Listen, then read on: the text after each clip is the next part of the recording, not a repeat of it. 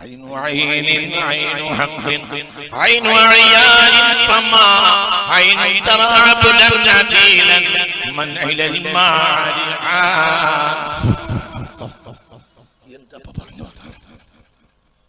عين عين عين حق عين عيان فما عين ترى عبدا عديلا من إلى المعالي عين عين عين حق عين عين عين عين ഇത് സത്യയല്ലോ عين حق ഇത് സത്യത്തിന്റെ നിദർശനമല്ലോ ഇത് സത്യത്തിൽ നിന്ന് വന്ന സത്യയല്ലോ മുഹമ്മദ് من عرفني فقط حق എന്ന വാക്കിനെ വളരെ ശ്രദ്ധിക്കണം حق حق تعالى حق അയച്ചിരുന്ന സത്യം عين عين عين حق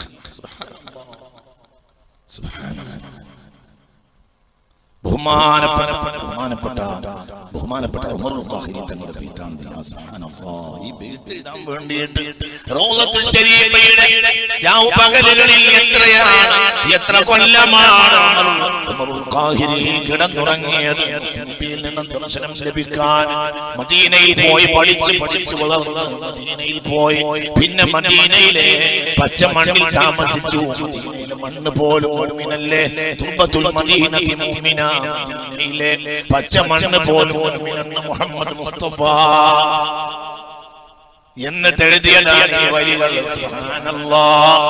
കണ്ണ് മുളച്ചവരാണ്. ഇതിനേക്കാൾ വലിയ ഒരു വരി കണ്ടിട്ടുണ്ടാവില്ല. ഇന്ത്യക്കാരന്റെ അഭിമാനമാണ്. മഹാനായ ഉമറുൽ ഖാഹിരിയാണ്. കായൽ പട്ടണത്തിൽ കിടന്നുറങ്ങുന്ന ഉമറുൽ ഖാഹിരിയാണ്. പിന്നെ കേരളം കണ്ട മഹാനാണ് ബഹുമാനപ്പെട്ട അബ്ദുറഹ്മാൻ നഖ്ശബന്ദി അല്ലാഹു ദറജത്ത് കൊടുക്കട്ടെ. നഖ്ശബന്ദിയത്തിൽ അതിനുശേഷം ഒരു മദീന ഉണ്ടായിട്ടില്ലെന്ന് ശൈഖുനാ ശംസുൽ ഉലമ പറഞ്ഞത് ഞാൻ കേട്ടിട്ടുണ്ട്.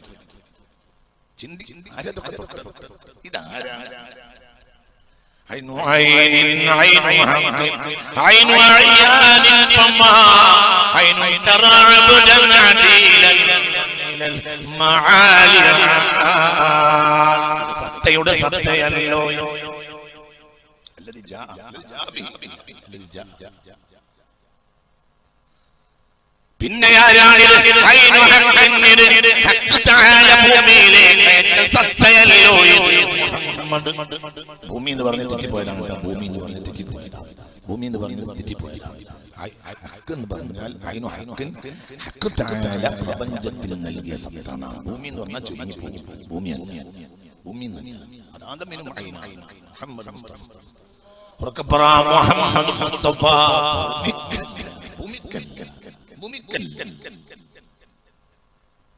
അലിഫിന്റെ അഹദിന്റെ ഇടയിൽ ഒരു മീം കൂട്ടിയപ്പോൾ അഹമ്മദായി. പിന്നെ ആ മീം എടുത്തിട്ട് മുഹമ്മദായി. അഹദിന്റെ ഹാഇന്റെയും ദാലിന്റെയും ഇടയിൽ എന്ത് ചെയ്തു? ഒരു മീം കയറ്റി വെച്ചു. അപ്പോൾ നിങ്ങൾ എന്റെ കൂടെ അപ്പോൾ ആരായി?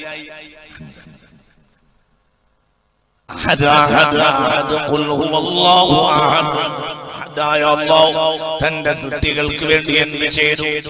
ഹാഇന്റെയും ദാലിന്റെയും ഇടയിൽ മീം കൊടുത്തു. മീമോ സിറാണ്, മീമോ സിറാണ്, മീം എന്നത് സിറാണ്. എല്ലാ മതങ്ങളുടെയും സിറാണ്. എല്ലാ മതങ്ങളും എന്ന് പറഞ്ഞാൽ സമാവി മതങ്ങൾ ഇസ്ലാമായിരുന്നല്ലോ. പിന്നെ തെറ്റിപ്പോയതല്ലേ.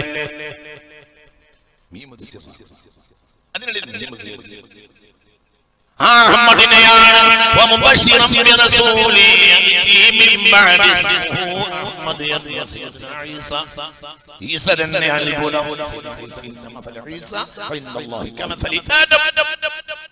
ആദമും മീമിൽ അവസാനിച്ചു. അലിഫ് ലാം മീം മീമിൽ അവസാനിച്ചു. അഞ്ചാമത്തെ ആയത്ത് പറഞ്ഞു നിർത്തിയപ്പോൾ മീമിൽ അവസാനിച്ചു. ബിസ്മിയും മീമിൽ അവസാനിച്ചു. വളരെ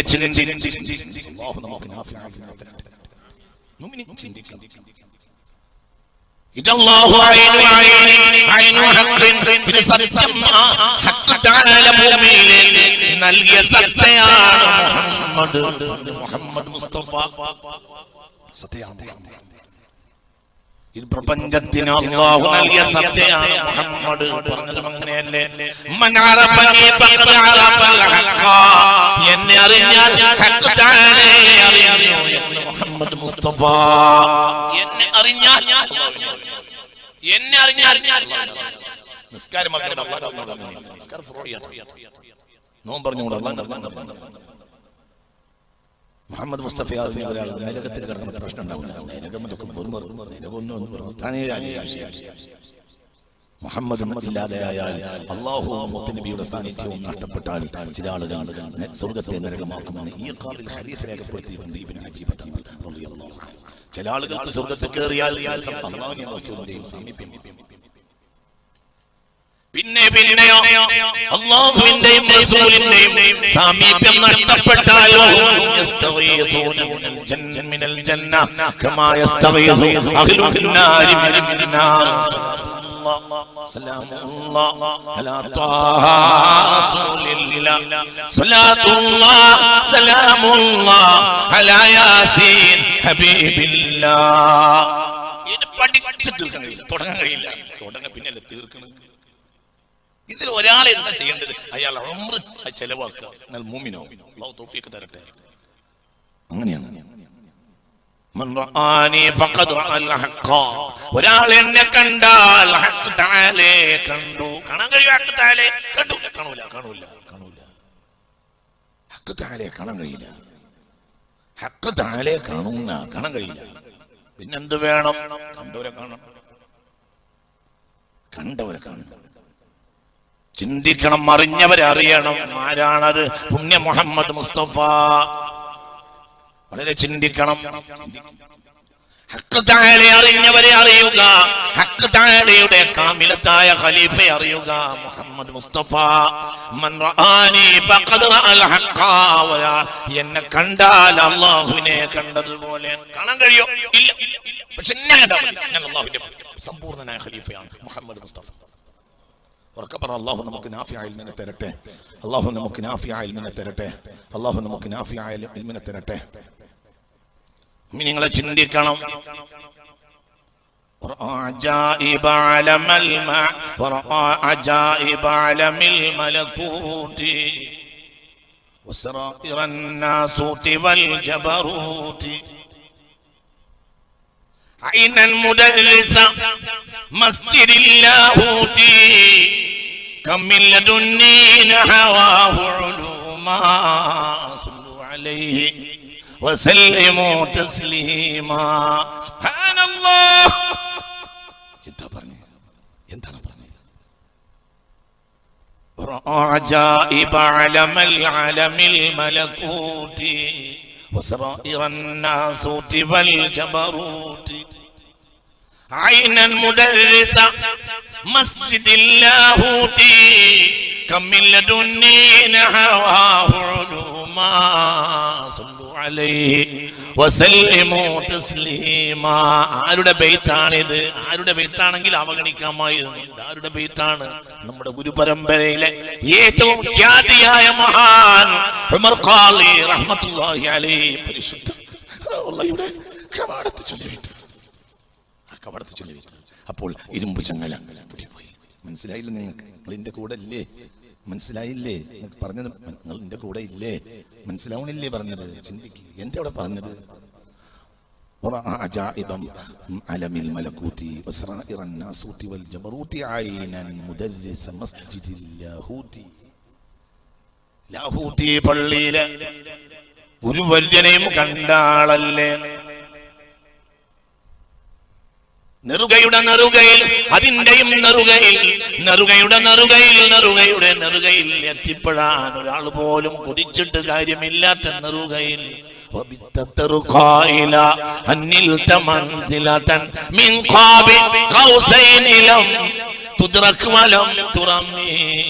وتقدمتك جميع الأنبياء بها والرسل تقديم مخدوم على خدمه مولاي صل وسلم.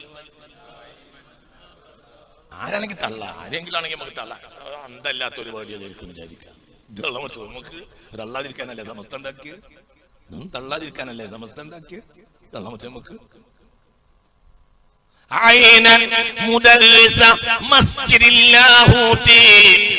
മുകളുടെ മുകളിൽ നെറുകയുടെ നെറുകയിൽ അതിന്റെയും നെറുകയുടെ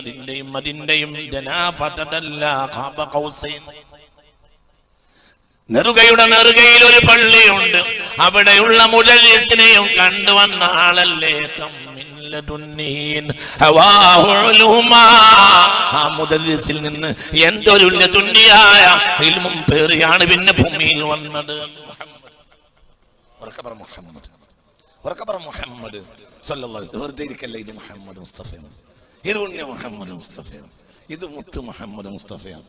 നിസ്കാരം ഫുറായിയാത്ത് കൊണ്ടുവന്ന റസൂലിനെ കണ്ടാൽ നിനക്ക് എന്താണോ ചങ്ങാതി? എന്താ വിചാരിച്ചത്? എന്താ നിസ്കാരം കൊണ്ടുവന്ന റസൂലിനെ പഠിച്ചിട്ട് എന്താ കാര്യം? നിസ്കാരം ഫുറായിയാത്തിൽപ്പെട്ടല്ലേ? വലം യസ്ജുദു ലില്ലാഹി സജദതൻ വാഹിദ, ഒരു സുജൂദ് പോലും ചെയ്യാതെ മരിച്ച മുഅ്മിനീങ്ങൾ ലോകത്ത് ഉണ്ടായിട്ടുണ്ട്. സുജൂദിന് നേരം കിട്ടിയില്ല. നിങ്ങൾക്ക് പറഞ്ഞത് മനസ്സിലായില്ല. വലം യസ്ജുദു ലില്ലാഹി സജദതൻ വാഹിദ. ചിന്തിക്ക്, എന്താ സലഫിക്ക് പറ്റിയത്?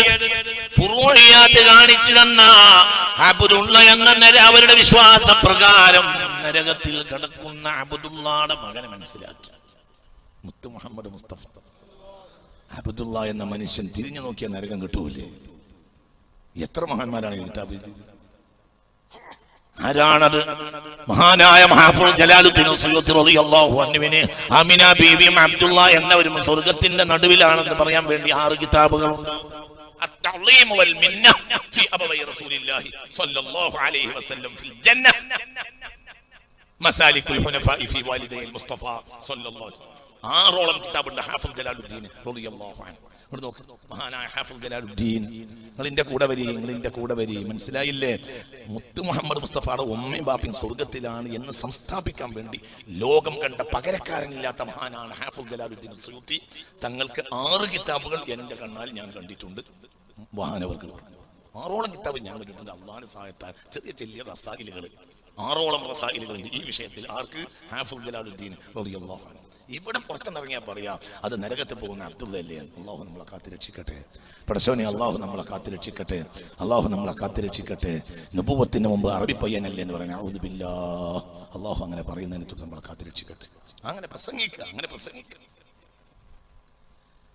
എന്നിട്ട് അവർ ഖുർആൻ വ്യാഖ്യാതാക്കളാവുക. നിങ്ങളെ ഞാൻ ആക്ഷേപിക്കുന്നില്ല. ആക്ഷേപത്തിന്റെ സ്വരം ഞങ്ങളുടെ സ്വരവുമല്ല. ഞങ്ങൾ സഹതപിക്കുക മാത്രമാണ് നിങ്ങളുടെ കാര്യത്തിൽ. എന്തുകൊണ്ട്? ശർക്കരയുടെ മധുരത്തിൽ വാദപ്രതിവാദമില്ല. അതനുഭവിക്കാനുള്ള ദൗഖില്ലായ്മ മാത്രമാണ്. അല്ലെങ്കിൽ ശർക്കര കിട്ടിയില്ലാത്തത് കൊണ്ട് മാത്രമാണ്. ശർക്കര വായിലിടാതെ ശർക്കരയുടെ മധുരം അറിയാൻ കഴിയുകയില്ല. പഠിച്ചാലും തീരാത്ത ഒരാൾ മുഹമ്മദ് മുസ്തഫയാണ്. പഠിക്കേണ്ട ആൾ മുഹമ്മദ് മുസ്തഫ. എന്തുകൊണ്ട്? നബിയെ പഠിച്ചാൽ അല്ലാഹുവിനെ പഠിച്ചു. മൻ അറഫനി ഫഖദ് അറഫൽ ഹഖ. എന്നെ അറിയുക, എന്നെ അറിഞ്ഞാൽ അല്ലാഹുവിനെ അറിഞ്ഞു. മുഹമ്മദ് മുസ്തഫ.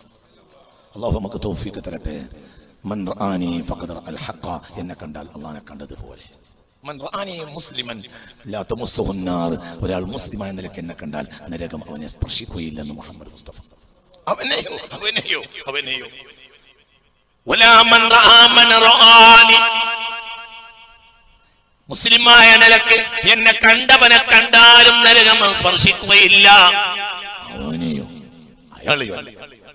വലാ മൻ റആ മൻ റആനി. മുസ്ലിമായ നിലക്ക് എന്നെ കണ്ടവരെ കണ്ടാലും നരകം സ്പർശിക്കുകയില്ല. എന്തുകൊണ്ട്? ഞാനാണ് പ്രധാനം. മുഹമ്മദ് മുസ്തഫ. കർമ്മ ഏറ്റവും നല്ല കാലം എന്റെ കാലം, പിന്നെ അതിനുശേഷമുള്ള കാലം, പിന്നെ അതിനുശേഷമുള്ള കാലം.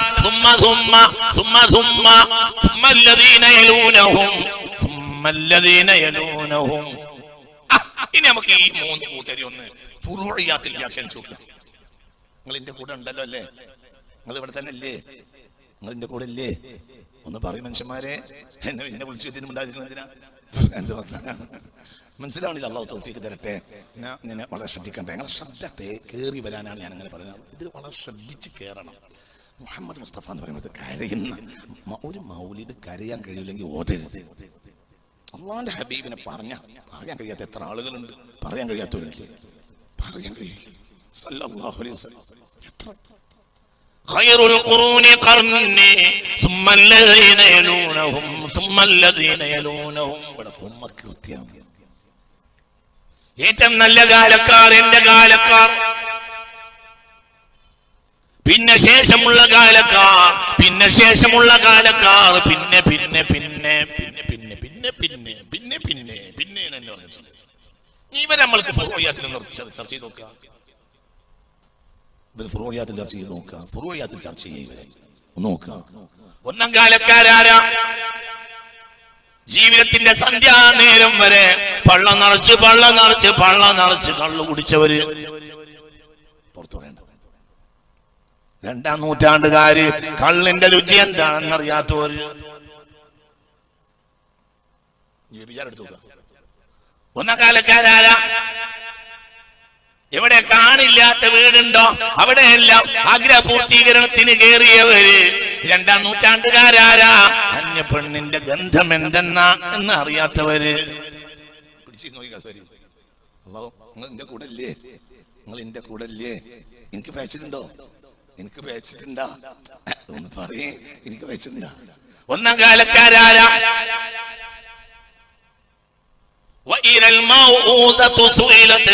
ഒന്നാം കാലക്കാരാരാ? അല്ലാഹു തന്ന പൂങ്കനികളായ പെൺകുട്ടികളെ ജീവനോടെ കുഴിച്ചിട്ടവര്. രണ്ടാം കാലക്കാരാരാ? പെൺകുട്ടിയാണ് അഭിമാനം എന്ന് പറഞ്ഞ് നടന്നവര്.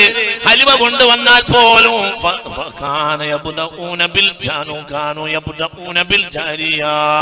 പെൺകുട്ടികൾക്ക് ആദ്യമായി കൊടുത്തിരുന്നവര്.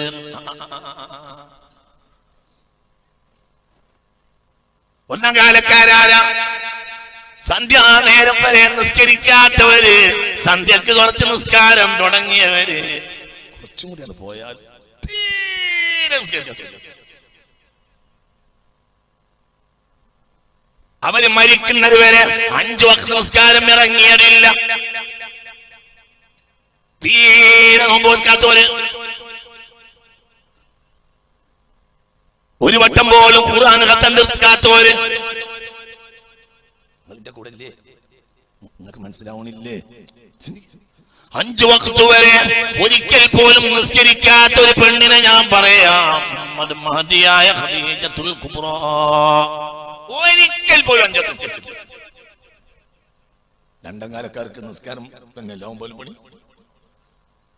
ഒന്നാം കാലക്കാരിൽ ആദ്യം വന്നാൽ 5 വക്ത് നിസ്കാരം ഇല്ല. 5 വക്ത് നിസ്കാരം വരുന്നത് അവിടുത്തെ 52ാമത്തെ വയസ്സിലാണ്. ഖദീജ വഫാത്താവുന്നത് അവിടുത്തെ 50ാമത്തെ വയസ്സിലാണ്.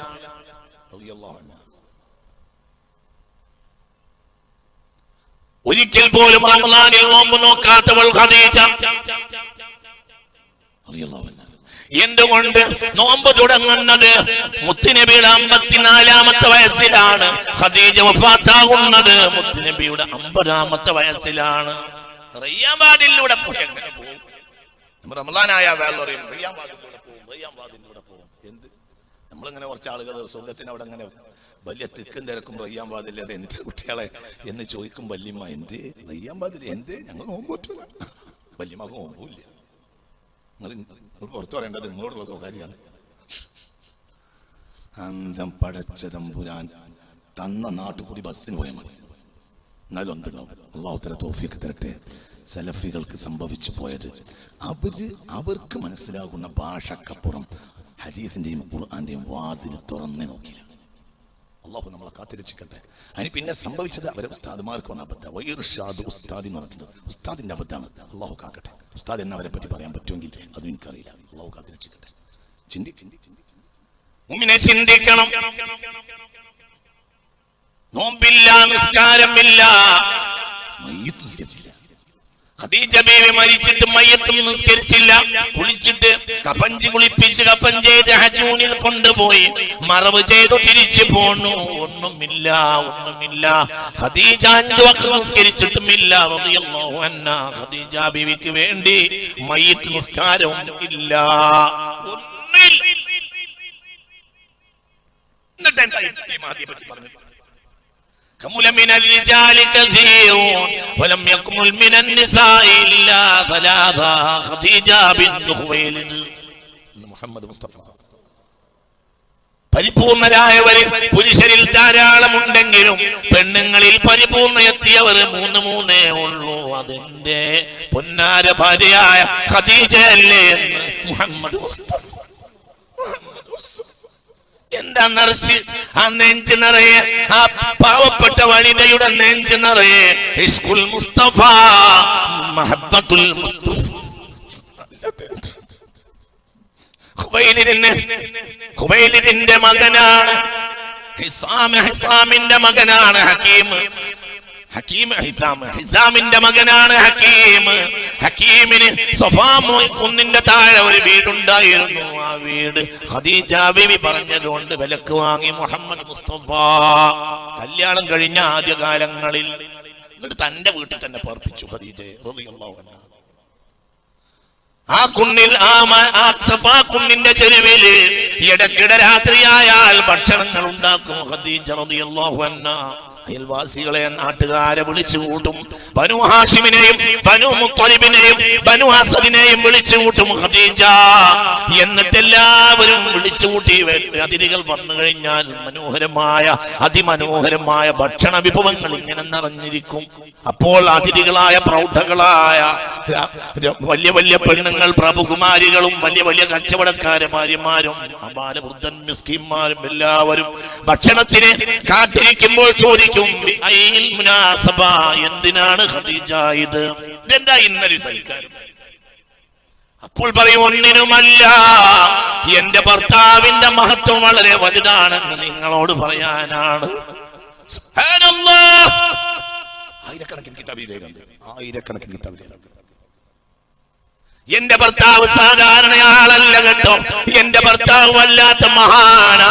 എന്റെ ഭർത്താവിന്റെ കൈയെ പിടിച്ചോളൂ, നിങ്ങൾ രക്ഷപ്പെടുമെന്ന് പറയാൻ വേണ്ടിയാണ് നിങ്ങളെ ഞാൻ വിളിച്ചത് എന്ന്. ആദ്യകാലങ്ങളിൽ ഖദീജയുടെ വിരുന്നല്ലേ ഇസ്ലാമിലേക്ക് ജനങ്ങളെ ആകർഷിച്ചത്. ഖദീജയുടെ വിരുന്നാണ്. ഉറക്കപ്പറ ഖദീജ. ഖുവൈലിദിന്റെ മകളല്ലേ ഖദീജ. അവിടുന്ന് ഒരു തുള്ളി വെള്ളം കുടിക്കാത്ത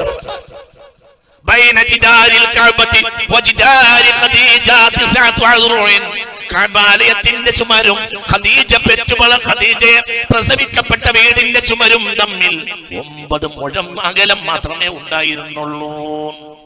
അതാണ് ഖുവൈലിദ്. അവിടെ വന്നൊരു നേരത്തെ ഭക്ഷണം കഴിക്കാത്തവരില്ല. ഖദീജ വിളിച്ചാൽ ആരും വരും. വന്നവരോടൊക്കെ പറയും, പിന്നെ എന്തിനാ ഖദീജ ഈ മുനാസബ? എന്താ ഉണ്ടായത്? എന്താ നിങ്ങൾക്ക് സംഭവിച്ചത്? എന്താ പോലെ ഒന്നുമല്ല, എന്റെ പൊന്നാര പുതിയാപ്പിളെ പറഞ്ഞു തരാനാണ്. അത് വല്ലാത്തൊരാളാണ് എന്റെ പുതിയാപ്പിളയുടെ വലിപ്പം പറയാൻ. നിങ്ങൾക്കറിയോ, പിന്നീട് ഒരിക്കൽ 5 വഖ്ത് നിസ്കരിച്ചിരുന്ന, ഖുർആനോദി പിന്നീട് ഖത്തം തീർത്ത് ആയുസ് മുഴുവനും തീർത്ത ഉമ്മുൽ മുഅ്മിനീൻ ആയിഷ ഒരിക്കൽ റസൂലിനോട് പറഞ്ഞു പോയി, ആയിഷ ലമ്മദഅത അഫ്ളലിയതൻ തഗയ്യറ വജ്ഹുൽ മുസ്തഫ.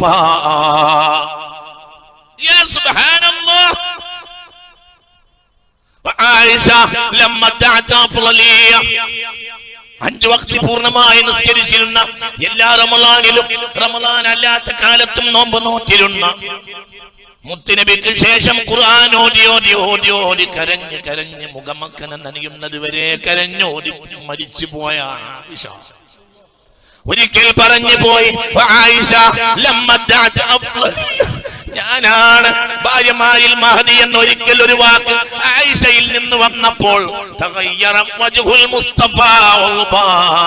5 വഖ്ത് നിസ്കരിക്കാത്ത ഖദീജയുടെ മേലെയാണ് ഞാനെന്ന് പറഞ്ഞപ്പോൾ സുബ്ഹാനല്ലാഹ് മുത്തുനബി കോപിഷ്ഠനായി മുന്നിലെ മുടി വെച്ചു മുഹമ്മദ് മുസ്തഫ. അങ്ങനെ നബി ദേഷ്യപ്പെടുന്നത് ഞാൻ കണ്ടിട്ടില്ല. ആര് പറയുന്നു? ആയിഷ റളിയല്ലാഹു അൻഹ. ആയിഷ, എന്താ നീ പറഞ്ഞത്? എന്ത് പറഞ്ഞത്? നീ എന്താ പറഞ്ഞത്? അപ്പോൾ പറഞ്ഞു,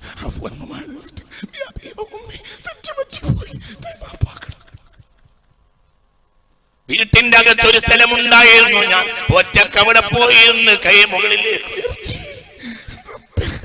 എന്തിനാണ് നീ എന്നെ ഈ വാക്ക് പറയാൻ വേണ്ടി ജീവിപ്പിച്ചത്? ഞാൻ മരിച്ചിരുന്നെങ്കിൽ എത്ര നന്നായിരുന്നു. നബിയെ ഞാൻ ദേഷ്യപ്പെടുത്തിയില്ല, ഖദീജക്കെതിരെ പറഞ്ഞു പോയില്ലേ?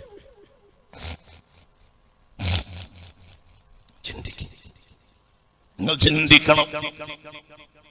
അവസാനം ഹബീബായ റസൂലുള്ളാഹിന്റെ കോപമടങ്ങിയപ്പോൾ സുജൂദിൽ വീണു ആയിഷ, ഇനി ഒരിക്കലും ഞാൻ ഖദീജയെ പറ്റി പറയുകയില്ല.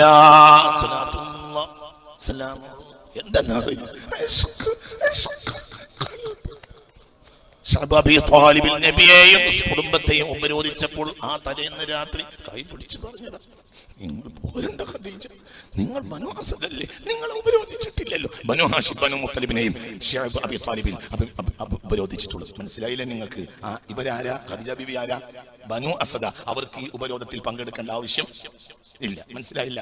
നബിയെ കൊല കേൾപ്പിച്ചതാണ്. ഇല്ലെങ്കിൽ ഞങ്ങൾ ഉപരോധിക്കും. രണ്ട് കുടുംബത്തോട് കഅബാലയത്തിൽ കെട്ടിത്തൂക്കി, കരാർ ചെയ്ത് കെട്ടിത്തൂക്കി. ബനു ഹാഷിമിനെയും ബനു മുത്തലിബ്. മനസ്സിലാവണില്ലേ പറഞ്ഞത്? അതിൽ ആര് പെടൂല? ഖദീജ പെടൂല റളിയല്ലാഹു അൻഹ. അവര് ബനു അസദാണ്. ഉപരോധത്തിന്റെ തലേരാത്രി അബൂ ത്വാലിബ് എന്നവര് മക്ക അങ്ങാടിയിലേക്ക് ഇറങ്ങി പറഞ്ഞു, നിങ്ങൾക്ക് കൊല്ലുന്നവർക്ക് കൊല്ല, ഉപരോധിക്കുന്നവർക്ക് ഉപരോധിക്കാം. എന്റെ അനുജന്റെ മകനെ വിട്ടുതരുന്ന പ്രശ്നമില്ല. ഞങ്ങൾ അവസാനം വരെ നിങ്ങളെ ദൈവത്തിനൊക്കെ തന്നെ ആരാധിക്കണം, പക്ഷെ ഞങ്ങൾ അനുജന്റെ മകനെ സംരക്ഷിക്കാമെന്ന് നിങ്ങൾ വാപ്പാക്ക് വാക്ക് കൊടുത്തത്. ആർക്ക്? അബ്ദുൽ മുത്തലിബ്. മനസ്സിലായല്ലോ നിങ്ങൾക്ക്? അതുകൊണ്ട് അതിന് പിന്മാറില്ല. നിങ്ങൾക്ക് എന്ത് ചെയ്താലും വേണ്ടില്ല. ഞങ്ങൾ നിങ്ങളെപ്പോലെ കുറേശ്ശികൾ തന്നെയാണ്. ഈ വിഗ്രഹങ്ങൾക്കൊക്കെ കുമ്പിടുന്നവരും ഒക്കെ തന്നെയാണ് ഞങ്ങളിൽ പലരും. പക്ഷെ ഈ ആളെ വിട്ടുതരാൻ തയ്യാറില്ല. അത് വിട്ടുതരും. അപ്പൊ പിന്നെ എന്താ? അപ്പൊ മക്കൾ ഒരുമിച്ച് പറഞ്ഞു, ഞങ്ങൾ കഅബാലയത്തിൽ ആധാരം കെട്ടിത്തൂക്കി, ഇനി നിങ്ങൾക്ക് ശഅബ് അബി ത്വാലിബിലേക്ക് പോയിട്ട് അവിടെ ഉപരോധ കാലഘട്ടത്തിൽ താമസിക്കാം. നിങ്ങൾക്ക് ഭക്ഷണം തരൂല, നിങ്ങൾക്ക് ധാന്യം തരൂല, നിങ്ങൾക്ക് വെള്ളം തരൂല. പട്ടിണി കിടക്കാൻ വേണ്ടിയുള്ള പാലായനം നടത്തുന്നതിന്റെ തലേ രാത്രി തന്റെ പ്രാണപ്രയസിയായ പ്രിയമതയമയോട് പുണ്യ റസൂൽ പറഞ്ഞു, നിങ്ങളെ ഉപരോധത്തിൽ വരേണ്ടതില്ലല്ലോ ഖദീജ, നിങ്ങളെ ഉപരോധിച്ചിട്ടുമില്ലല്ലോ. അപ്പോൾ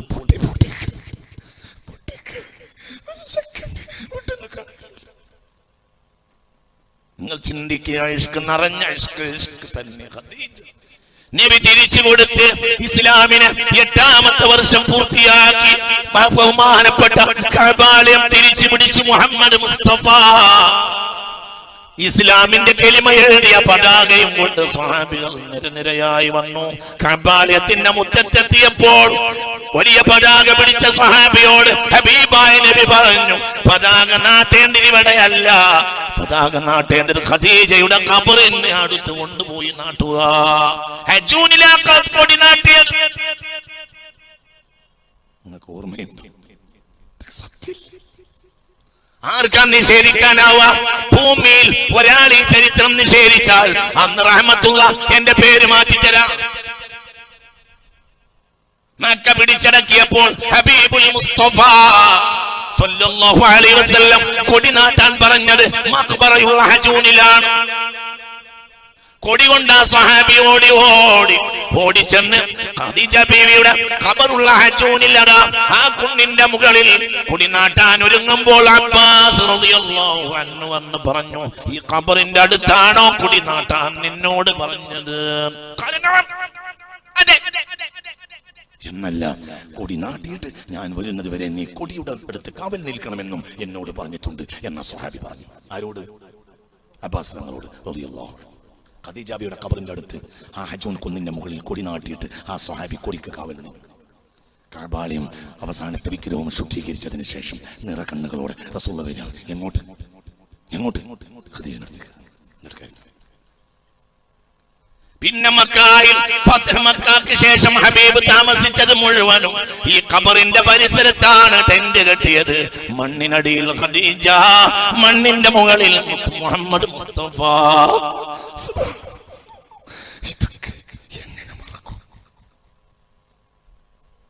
ഖദീജ ഇസ്ലാമായതാണ് ആദ്യത്തെ ഇസ്ലാം.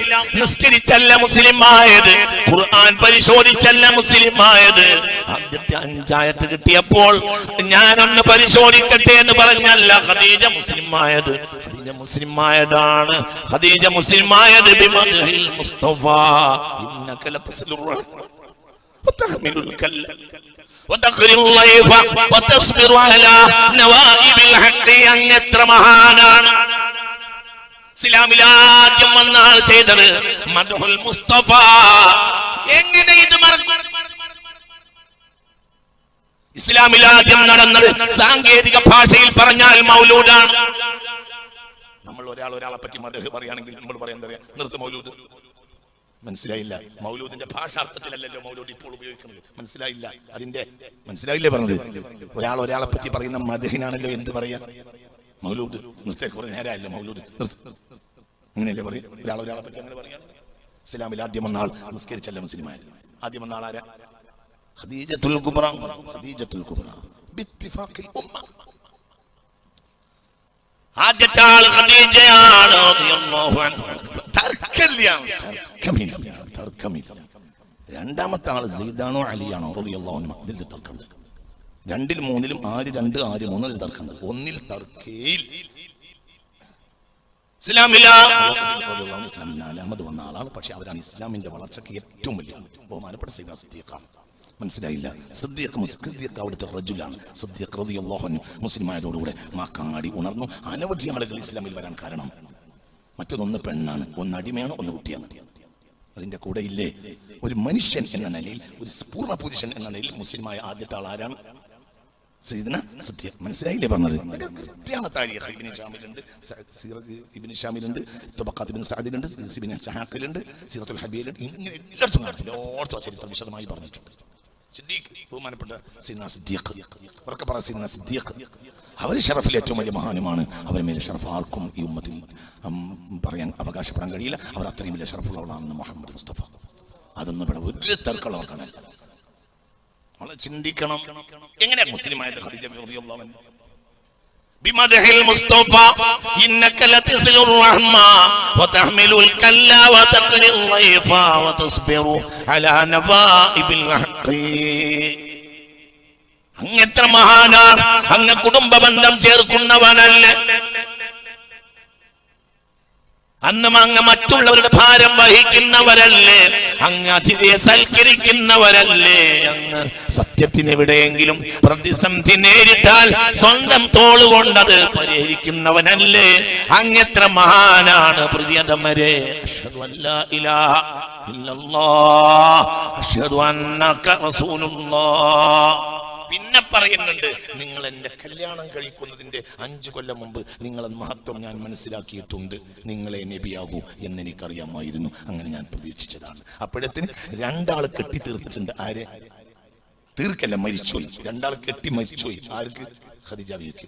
മനസ്സിലായില്ലേ പറഞ്ഞത്? പിന്നെ കല്യാണം വന്നപ്പോ ഖദീജ ബീവി സ്വീകരിച്ചില്ല. അപ്പോഴത്തിന് ഹുവൈലിദ് മരിച്ചുപോയി.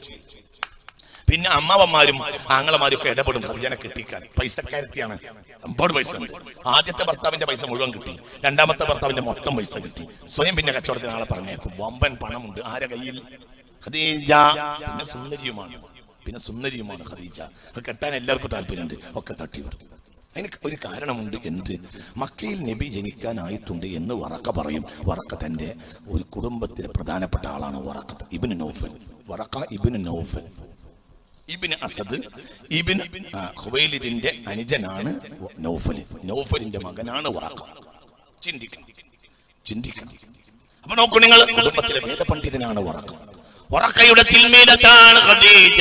വറക്ക വലിയ പണ്ഡിതനാ, കണ്ണ് വരെ പോയിട്ടുണ്ട് എന്നോ വറക്കയോട് പോയി ചോദിക്കും. വറക്ക പറയും, പണ്ഡിതൻ നബി വരാനായിട്ടുണ്ട്. ഖദീജ ബീവി അറിയാം, ഈ കുഞ്ഞുമോൻ ജനിച്ച ദിവസം 7 ദിവസമാണ്. അബ്ദുൽ മുത്തലിബ് എന്നവര് ഈ കുഞ്ഞുമോൻ ജനിച്ച ദിവസമാണ്. കുഞ്ഞുമോനെ കൈവെള്ളയിൽ മലർത്തി കിടത്തി 7 ദിവസം കഅബയിലെത്തി തവാഫ് ചെയ്തത് കണ്ടതാണ് ഖദീജ. അന്ന് ഖദീജക്ക് 15 വയസ്സാണ്. പെണ്ണായിട്ടുണ്ട്. അറബി പെൺകുട്ടികളെ 9 വയസ്സിലും 10 വയസ്സിലും കെട്ടിക്കും. അവർ അത്ര വലിയ ആരോഗ്യമുള്ള പെണ്ണുങ്ങളാണ്. മനസ്സിലായില്ലേ പറയുന്നത്? കല്യാണത്തെ വിവാദമാക്കാൻ ഒരുങ്ങുന്നവരുണ്ടെന്ന് ആയിഷ ബീവി മുത്ത് മുഹമ്മദ് മുസ്തഫ എന്ന ചരിത്രം അതിലൊരു അഭിപ്രായക്കേടും പറഞ്ഞില്ല. ജൂതന്മാരുണ്ടായിരുന്നു, ക്രിസ്ത്യാനികളുണ്ടായിരുന്നു മദീനത്ത്, ഒരു അഭിപ്രായക്കേട് ഒരാൾ അതിനെതിരെ പറഞ്ഞിട്ടില്ല. എന്തുകൊണ്ട്? അതന്ന് സാധാരണയുള്ള മനസ്സിലാവുണ്ട് പറഞ്ഞത്. ചിന്തിക്കുക, ഒരു കാലത്തിന്റെ കണ്ണല്ലല്ലോ ഒരു കാലത്തിന്റെ കണ്ണ്, ചിന്തിക്കണം. അൽഹംദുലില്ലാഹില്ലദീ അഅതാനി ഹാദൽ ഗുലാമ ത്വയ്യിബൽ അർദാനി. കഅബാലയത്തെ ചുറ്റി തവാഫ് ചെയ്യുന്നത് കണ്ട ആളാണ് ആര്? ഖദീജ. ഖദീജയുടെ വീട്ടുമുറ്റത്തൊരു മരമുണ്ടായിരുന്നു. ആ മരം പൊങ്ങി പൊങ്ങി ഇങ്ങനെ വന്ന് കഅബാലയത്തിന്റെ മുകളിൽ എത്തിയിരുന്നു. ആ മരത്തിന്റെ ചുവട്ടിൽ മത്താഫിൽ ആളുകൾ കൂടി നിൽക്കാറുണ്ടായിരുന്നു. ആവശ്യമുള്ള വെള്ളവും പാനീയവും ഖുവൈലിന്റെ വീട്ടിൽ നിന്ന് സ്ഥിരമായി മത്താഫിൽ വരുന്നവർക്ക് കിട്ടിയിരുന്നു. ആ മരം പിന്നെ മുറിക്കുന്നത് സയ്യിദ്ന ഉമർ ബിൻ ഖത്താബാണ്. അപ്പൊ അങ്ങനെയുള്ള ബന്ധമുണ്ട്. ഇതൊക്കെ കണ്ടോരാണ് ഖദീജ. അപ്പൊ കൊതിച്ചു നടന്നതാണ് മഹത്വം മുഹമ്മദ് മുസ്തഫ. ഈ മഹത്വം തന്നെ ഒന്നാം ദിവസവും അപ്പൊ ഇസ്ലാമിൽ ആദ്യം വന്നാൽ കേറിയത് ബിമദ്ഹിൽ മുസ്തഫ, ബിമദ്ഹിൽ മുസ്തഫ. പിന്നെ എന്താ? മദീനയിൽ ആദ്യം കേറി വന്നപ്പോൾ മദീനക്കാർ ചെയ്തത് മദ്ഹുൽ മുസ്തഫ. ത്വലഅൽ ബദറു അലൈനാ മിൻ സനിയാത്തിൽ വദാഇ വജബ ശുക്റു അലൈനാ മദാ ലില്ലാഹി ദാഇ അയ്യുഹൽ مبعوث فينا جئت بالأمر المطاع جئت شرفت المدينة مرحبا يا خير داعي يا نبي عليكم يا رسول سلام عليكم يا حبيب سلام عليكم.